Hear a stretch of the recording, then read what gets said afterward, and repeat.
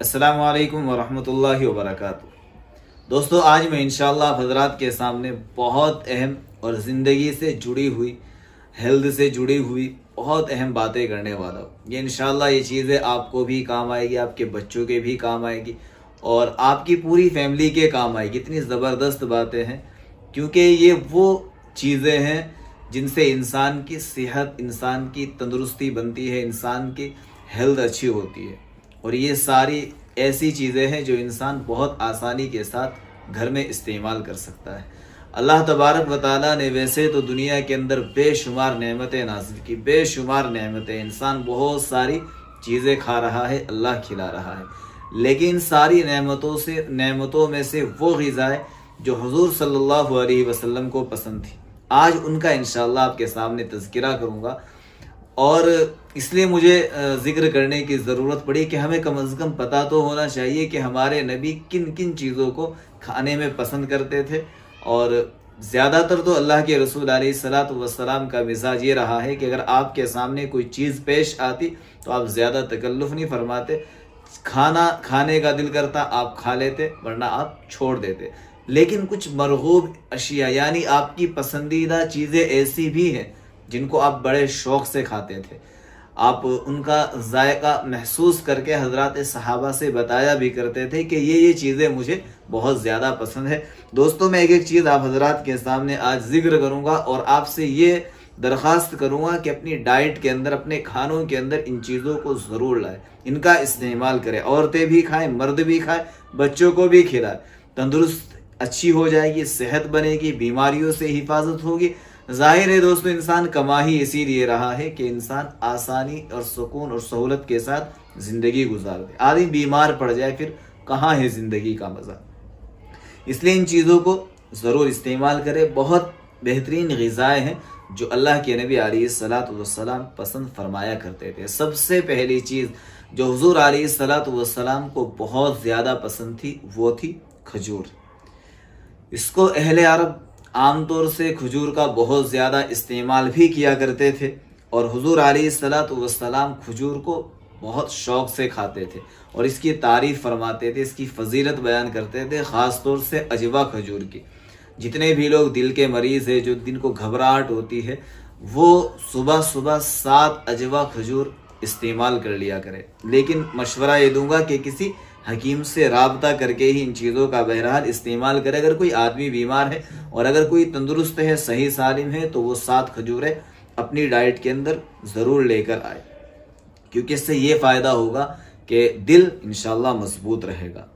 تو اللہ کے نبی علیہ السلام کھجور کا استعمال کرتے تھے۔ اب کھجور پر ایک حدیث آپ کو سناتا ہوں۔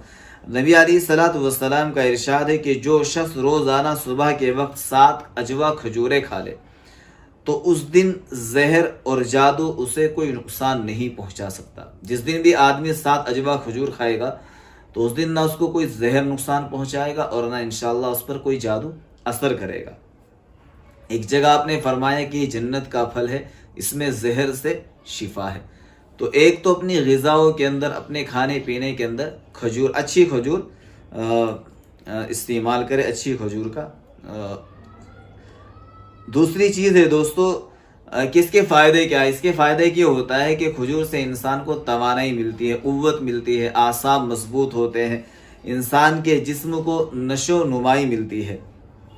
بہت زبردست چیز ہے، خون پیدا کرتی ہے، جسم کو فربا یعنی موٹا کرتی ہے۔ کوئی بچہ بہت کمزور ہے، کوئی آدمی بہت دیکھنے میں کمزور ہے، تو اس کو کھلائیں گے انشاءاللہ وہ موٹا ہوتا چلا جائے گا۔ سینے اور پھیپڑے کی جو گندگی ہے اندر کی، اس کو بھی یہ صاف کر دیتی ہے۔ دوسری چیز جو اللہ کے نبی علیہ السلام کھانے میں بہت زیادہ استعمال فرماتے اور شوق سے کھاتے، وہ ہے زیتون کا تیل۔ زیتون کا تیل آپ علیہ السلام اس کو بھی بہت شوق سے کھایا کرتے تھے، جس کو ہم اولیو آئل بول دیتے ہیں۔ آپ زیتون کے تیل سے بھی اگر مارکیٹ کے اندر جائیں گے تو آپ کوئی سی بھی چیز بول دیں گے، وہ انشاءاللہ آپ کو زیتون کا تیل ہی دے گا۔ اگر آپ اولیو آئل بولیں گے تو بھی، یا پھر زیتون کا تیل بولے وہ بھی، یہ بھی اللہ کے رسول علیہ السلام کھایا کرتے تھے اور اس کی بھی ترغیب دیتے تھے کہ بھئی زیتون کا تیل کھاؤ اور اپنے جسم کی اس کے ذریعے سے مالش بھی کرو۔ اس کے بھی بڑے فائدے ہیں۔ کہتے ہیں کہ یہ یہ تیل ایسا ہے کہ اس سے جلدی سے چربی نہیں بنتی. اب اتنے سارے ہم آئل کھاتے ہیں، تیل کھاتے ہیں، تو ان میں سے اکثر تیل ایسے ہوتے ہیں جو انسان کے جسم کو بہت زیادہ نقصان پہنچاتے ہیں. لیکن یہ ایک تیل ایسا ہے جو پٹھوں کو مضبوط کرتا ہے، پرانے درد کو ختم کر دیتا ہے. تھوڑا مہنگا ہے لیکن فائدوں کے حساب سے زیادہ مہنگا نہیں، بہت اچھی چیز ہے. تیسری چیز جو اللہ کے رسول علیہ السلام پسند فرماتے تھے وہ ہے دودھ. رسول اللہ صلی اللہ علیہ وسلم کی پسندیدہ غذاؤں میں سے ایک غذا ہے دودھ. یہ بھی آپ بڑے شوق سے پیا کرتے تھے، اور اکثر گائے کا اور بکری کا دودھ اللہ کے رسول علیہ السلام استعمال فرمایا کرتے تھے. اس کے تو فائدوں کا سبھی کو پتا ہے کہ دودھ کتنے زیادہ فائدے انسان کے جسم کو پہنچاتا ہے. کیلشیم کی اگر کسی کے اندر کمی ہو تو یہ اس کو پوری کر دیتا ہے. بہت سارے اس کے دوستوں بہت زیادہ فائدہ آپ حضرات کو بہرحال اس کا پتا ہے. چوتھی چیز جو حضور علیہ السلام پسند فرمایا کرتے تھے وہ ہے شہد. اللہ کے نبی علیہ السلام کو شہد بہت زیادہ پسند تھا، اور شہد کا ویسے بھی احادیث کے اندر بھی بڑا ذکر آیا ہے. جیسے قرآن کے اندر آیا فیہ شفاء للناس کہ اللہ نے اس میں شفا رکھی ہے، اس کا استعمال کرو. بہت زیادہ فائدے کی چیز ہے، اس کو بھی استعمال کرتے رہنا چاہیے. کھانسی وغیرہ، بلغم وغیرہ، کف وغیرہ بنتا ہو، ان ساری چیزوں کو اگر آدمی صبح کے وقت اس کا استعمال کر لے گا انشاءاللہ ان ساری چیزوں سے اس کی حفاظت ہوگی. حدیث میں اس کے بارے میں یہاں تک بھی آیا ہے کہ اگر کوئی آدمی صبح کے وقت 3 دفعہ شہد چاٹ لے گا تو اللہ تبارک و تعالیٰ اسے مہینے کے اندر بڑی بیماریوں سے محفوظ فرمائیں گے. تو آپ اوریجنل شہد اگر آپ کہیں سے ڈھونڈ سکتے ہیں تو اس کا استعمال دوستو ضرور کریں. ایک آپ کی پسندیدہ غذاؤں میں سے غذا تھی کدو. حضور علیہ السلام کو سبزیوں میں جو ایک سبزی پسند تھی وہ کدو بہت زیادہ اللہ کے نبی پسند فرمایا کرتے تھے. میں آپ کو حدیث سناتا ہوں. حضرت انس رضی اللہ تعالیٰ عنہ سے مروی ہے کہ اللہ کے نبی کو ایک دعوت میں جو کی روٹی اور کدو کا گوشت کا شوربہ پیش کیا گیا تو میں نے نبی صلی اللہ علیہ وسلم کو دیکھا کہ پیالے کے کناروں سے کدو تلاش کر کے تناول فرما رہے تھے. میں اسی روز کے بعد ہمیشہ کدو کو پسند کرنے لگا. تو اب ہم بھی چونکہ امتی ہے، اللہ کے نبی کے ماننے والے ہیں، آج ہم نے حدیث سنی ہے تو آج سے ہی اپنی ڈائٹ کے اندر، کھانے کے اندر کدو ضرور لے کر آئے. جب بھی آپ کے سامنے پیش کیا جائے تو آپ سنت سمجھ کر اس کا استعمال ضرور کر لیا کریں. یہ بہت اچھی چیز ہے انسان کے جسم کے لیے. پانچویں یا چھٹی غذا نمبر مجھے صحیح سے یاد نہیں ہے، چھٹی غذا غالباً چھٹی ہے جو کی روٹی. اللہ کے رسول علیہ السلام جو کی روٹی کو بھی بہت پسند فرمایا کرتے تھے، کھایا کرتے تھے، اور اس کے بہت زیادہ آج کے دور میں اس پر ریسرچ بھی ہو چکی ہے، بہت زیادہ اس کے فائدے ہیں. اللہ کے نبی علیہ السلام نے زندگی میں کبھی بھی میدے کی روٹی تناول نہیں فرمائی. آج کل میدے لوگ کھا رہے ہیں اور اس کی وجہ سے انسان کو بہت زیادہ نقصان ہو رہا ہے. اس کو بارلے بولتے ہیں. اس کا تلبینہ بڑا شاندار بنتا ہے، دل کے لیے بہت زیادہ مفید ہے. اس کا جو مارکیٹ سے آپ لے سکتے ہیں، جو پسا ہوا جو ہوتا ہے اس کی کھیر بنا کر کھایا کرے دوستو، بہت زیادہ مفید ہے. جو بلڈ پریشر، بی پی کے جتنے مریض ہوتے ہیں ان کو تو یہ بہت زیادہ بہترین کام کرتا ہے. درد میں بھی کام کرتا ہے، جسم کو طاقت بہت زیادہ بخشتا ہے.